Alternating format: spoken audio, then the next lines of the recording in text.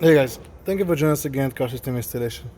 Today we're going to show you the reason you would like to choose a professional installer and not just a DIY or the best price you can find in the market. So we have a 1991 Mazda Miata. A customer complained that every time he goes over a bump, the radio works, but there's no sound from the speakers. So we open to see the back, and we see standard butt connectors, which again are not good. We don't recommend them, they get loose very easy. But we also seen something that you see in the houses. It's called marat. This is the worst way to have a wire held up. It's not correct, it's not the right one for a vehicle.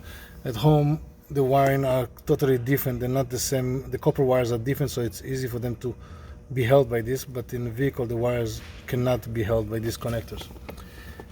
So when you have a mess that looks like that, you cannot figure out that definitely things will get loose. If you don't solder the wires, don't have proper connections, things will get loose and you're going to have issues.